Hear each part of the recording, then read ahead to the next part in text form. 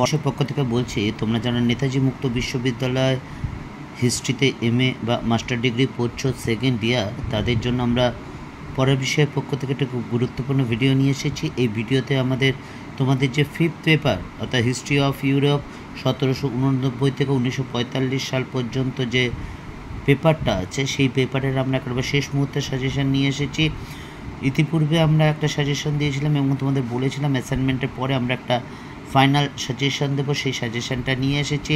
তোমরা জানো যে এই যে লেখা পরীক্ষা, তোমরা 100 নম্বরের পরীক্ষা দেবে, তার মধ্যে 18 নম্বরের 4টে প্রশ্ন থাকবে, 2টো লিখতে হবে, এবং 12 নম্বরে 6টা কোশ্চেন থাকবে, 3টে লিখতে হবে, এবং 7 নম্বরে 8টা প্রশ্ন থাকবে, 4টে লিখতে হবে।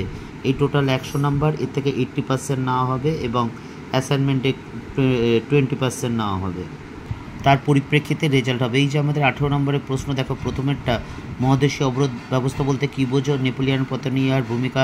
2 হিটলারের আগ্রাসী পররাষ্ট্রনীতি মূলত দ্বিতীয় বিশ্বযুদ্ধের জন্য দায়ী ছিল। 3 ফরাসি বিপ্লবের পশ্চাতে অর্থনৈতিক ও সামাজিক কারণ। 4 নেপোলিয়নের সংস্কারের বিবরণ দাও। নেপোলিয়নকে কি একই সঙ্গে বিপ্লবের উত্তরাধিকারী ও বিপ্লবের ধ্বংসকারী বলা যায়? 5এরটা দেখো, জার্মানির ঐক্য আন্দোলনে বিসমার্কের ভূমিকা।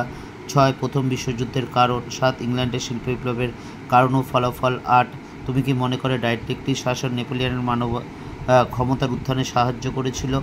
এই ছিল 8টা কোশ্চেন। এবার দেখো 12 নম্বরের প্রশ্ন, যেগুলো ডবল স্টার আছে ওগুলো তোমরা অবশ্যই ভালো করে পড়ে যাবে, বুঝে পড়বি, এবং আমরা পড়ার বিষয় পক্ষ থেকে চেষ্টা করছি সবগুলো নোট দিয়ে দেওয়ার এবং সেগুলো বুঝিয়ে দেওয়া যাতে তোমাদের সুবিধা হয়।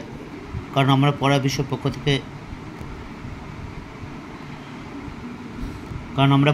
পক্ষ থেকে মনে করি যদি নোটগুলো বুঝতে পারো তাহলে কিন্তু তোমার পক্ষে লেখা সম্ভব হবে। এই হচ্ছে এবার দেখো 7 নম্বরের কোশ্চেনগুলো, যেগুলো ডবল স্টার আছে এগুলো তোমরা খুব ভালো করে পড়ে যাবে। আমাদের অনেকেই আছে যারা নেতাজি মুক্ত বিশ্ববিদ্যালয়ে পড়ে, যারা একদম পড়ার সময় পাও না, কাজ করতে হয়, তাদের বলছি বিশেষ করে ডবল স্টারগুলো আগে দেখে যাবে।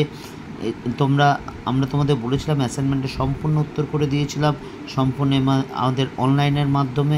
এছাড়া আমাদের যে সাজেশন দেওয়ার কথা সেই সাজেশনও দিয়ে দিচ্ছি। তোমরা ভালো করে পড়ো, এবং তোমরা জানো আমাদের পড়ার বিষয় চ্যানেলে আমি ছাড়া আরও 13 জন যারা শ্রদ্ধেয় শিক্ষক শিক্ষিকা আছেন, তারা প্রত্যেকে স্কুল কলেজের সাথে যুক্ত। তার মধ্যে 3 জন কেরিয়ার কাউন্সিলর আছেন।